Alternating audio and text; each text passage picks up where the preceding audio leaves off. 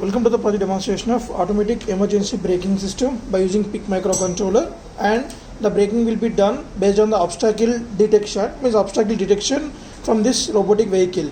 So if the distance of the obstacle is less than the 50 centimeters, then we are going to apply the brake by offing the supply to these two DC motors with help of electromagnetic relay. So this blue color PCB is nothing but electromagnetic relay, so which is acting as a switch between the power supply and the motors, and this will be controlled by our PIC 16F72 microcontroller based on the signals from the ultrasonic sensor. So here ultrasonic sensor we are using HVS-05, and it will provide us the distance of the obstacle, and it has a two modules. One is a transmitter and there is a receiver. So when the transmitter emits the ultrasonic waves, if any obstacle is there in front of that, the surface of the obstacle will reflect the transmitted waves, and the reflected waves will be received by this receiver module. So when the microcontroller want to measure the distance of the obstacle, it will trigger the transmitter, and then it will start the timer and wait for the receiver signal.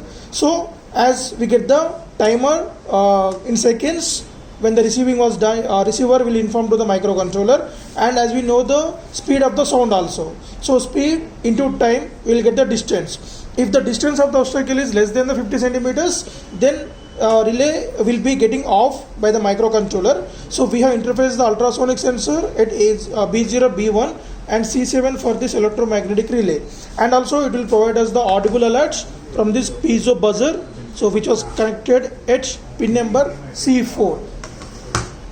So here the whole system getting power supply from this 8 volts 1 amp battery, which is rechargeable battery.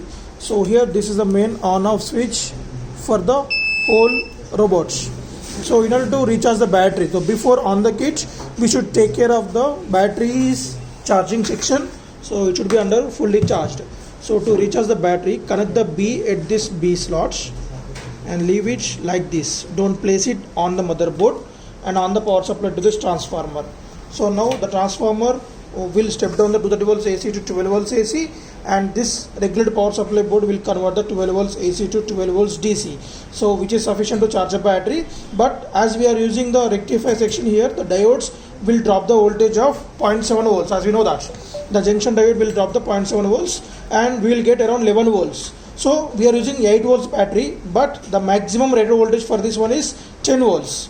So we can charge a battery at a duration of 6 hours. After the 6 hours time completion, automatically these two diodes will block the current flow from the charging section to the battery in order to protect the battery from overcharging. So after that fully charged, then we can on this.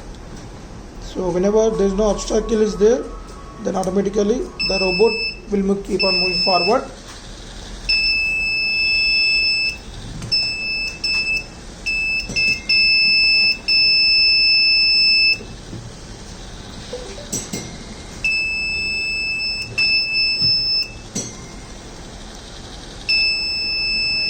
So till obstacle presents, the robot in off state only.